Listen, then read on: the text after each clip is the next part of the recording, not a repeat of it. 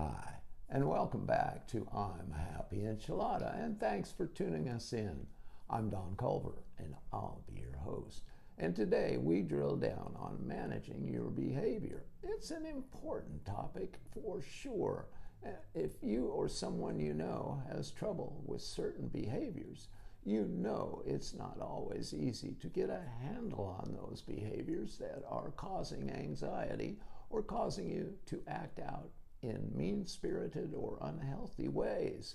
We're going to give you some great ways to focus on those problem areas and how you can apply new ideas to those same old bad behaviors that can jump up and bite you on the butt. So let's get started.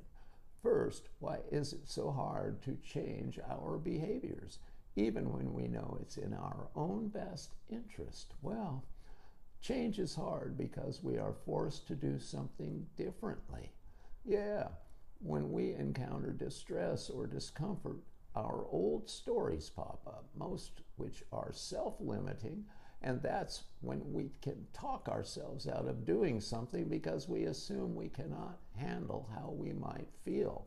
And then there's intense emotions that may be involved. Some of the biggest culprits are anger, fear, stress, and grief. Now, sometimes we're not even aware of these emotions, but they still affect our behavior. So it seems to me that managing our behavior is a lot about controlling our own thoughts, having the willingness to learn new ways to practice better behavior and develop healthier thinking. And here's an interesting question. Does attitude affect one's behavior? Yes. Well, whether good or bad, your attitude will influence others' behavior. A person's behavior doesn't dictate their attitude, but their attitude can dictate their behavior. That's good. Enough said about that.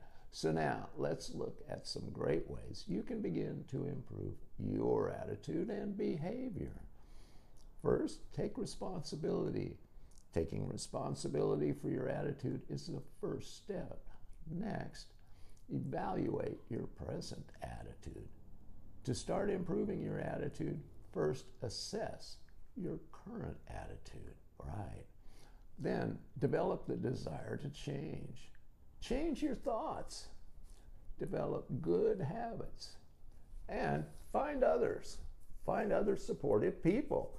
So you can start with those and see how it goes. If you think maybe just an attitude adjustment will be an easy way to get going on your journey here. If you're dealing with more difficult behaviors, though, check out these ideas. First, change the environment. Diffuse the emotion first. Explore the root cause of behavior. Focus on the future outcome wanted. Develop an agreed solution. Highlight agreement and next steps. Inform others where appropriate. And judge your success and learning.